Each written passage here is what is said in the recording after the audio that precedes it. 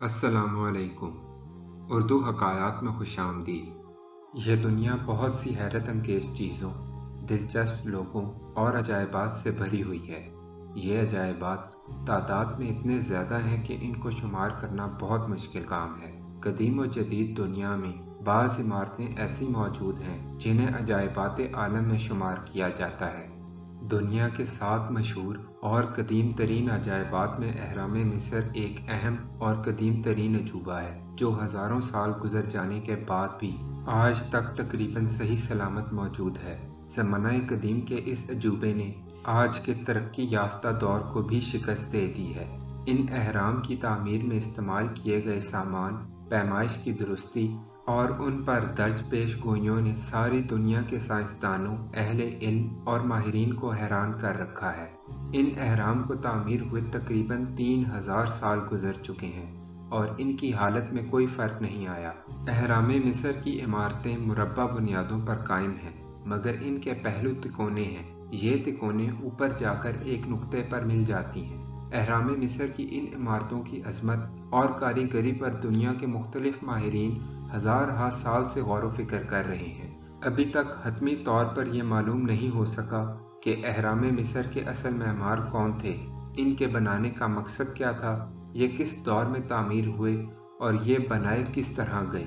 تاہم اس بات پر سبھی کا اتفاق ہے کہ اہرام مصر شاید زمانہ قبل از تاریخ کے ترقی یافتہ علوم سائنس کا ایک نادر کرشمہ ہے جو حضرت عیسیٰ علیہ السلام کی ولادت سے کم از کم 2000 برس قبل وجود میں آیا۔ یہ سب کے سب مینار قدیم مصری شہر میمفس کے قریب ہی صحرائی چٹانوں میں واقع ہیں۔ سب سے بڑا مینار بھی باقیوں کی طرح ایک چٹانی مربع چبوترے پر تعمیر کیا گیا ہے۔ اس کے چاروں اطراف سیڑھیوں کا ایک سلسلہ قائم ہے اور ان کے پتھروں پر مصور تحریریں کندہ ہیں۔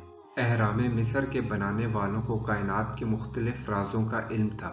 علوم جغرافیہ، علم ریاضی، جیومیٹری اور فلکیات پر انہیں پورا عبور حاصل تھا۔ حال ہی میں ماہرین نے ایک حرم کا جائزہ لیا جو کہ فرعون کا حرم ہے اور قاہرہ سے 10 میل جنوب میں واقع ہے۔ شاید پوری دنیا میں اس قدر پراسرار اور تعجب خیز کوئی عمارت نہ ہوگی جو کہ ایک ویران میدان میں کھڑی پوری دنیا کے دانشوروں کو اپنے وجود سے حیرت زدہ کر رہی ہے۔ پوری دنیا میں اس طرح کی کوئی عمارت نہیں ہے جس میں اس قدر پتھر استعمال ہوا ہو یا تعمیر میں اس قدر انسانی محنت صرف ہوئی ہو۔ آج کے ترقی یافتہ دنیا میں کوئی بھی تعمیراتی کمپنی اس قدر حیران کن عمارت تعمیر کرنے سے قاصر ہے۔ اندازہ لگایا جا سکتا ہے کہ اس عمارت میں اتنی گنجائش ہے کہ روم، میلان اور فلورنس کے تمام گرجا گھر اس میں سما سکتے ہیں۔ اس کے علاوہ ان شہروں میں واقع عبادت خانے اور خانقاہیں بھی اس میں سما سکتی ہیں۔ نیو یارک کی ایمپائر اسٹیٹ بلڈنگ، برطانیہ کی سینٹ پال کیتھیڈرل اور انگلینڈ کی پارلیمنٹ ہاؤس کی بلڈنگ بھی اس میں سما سکتی ہے۔ اہرام مصر کا وزن تقریباً 65 لاکھ ٹن ہوگا۔ سوائے راہداریوں، گزرگاہوں، مدفن اور خفیہ کمروں کے، یہ اہرام مکمل طور پر مضبوط پتھروں سے بنا ہوا ہے۔ اس میں ایسی پتھروں کی سلیں ہیں جن کا انفرادی وزن 100 ٹن ہے۔ اتنا وزنی ہونے کے باوجود ان کو آپس میں اتنی خوبصورتی اور مہارت سے جوڑا گیا ہے کہ اس کے درمیان معمولی سی درز بھی نہیں ہے۔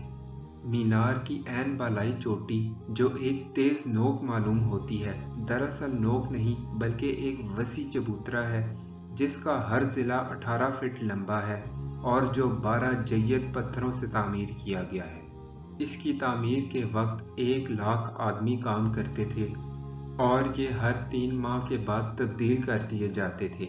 ایک مصری مورخ ابو زید کے مطابق ان پتھروں پر کندہ عبارت کے مطالعے اور تجزیے کے مطابق یہ اہرام 7300 سال قبل تعمیر ہوا۔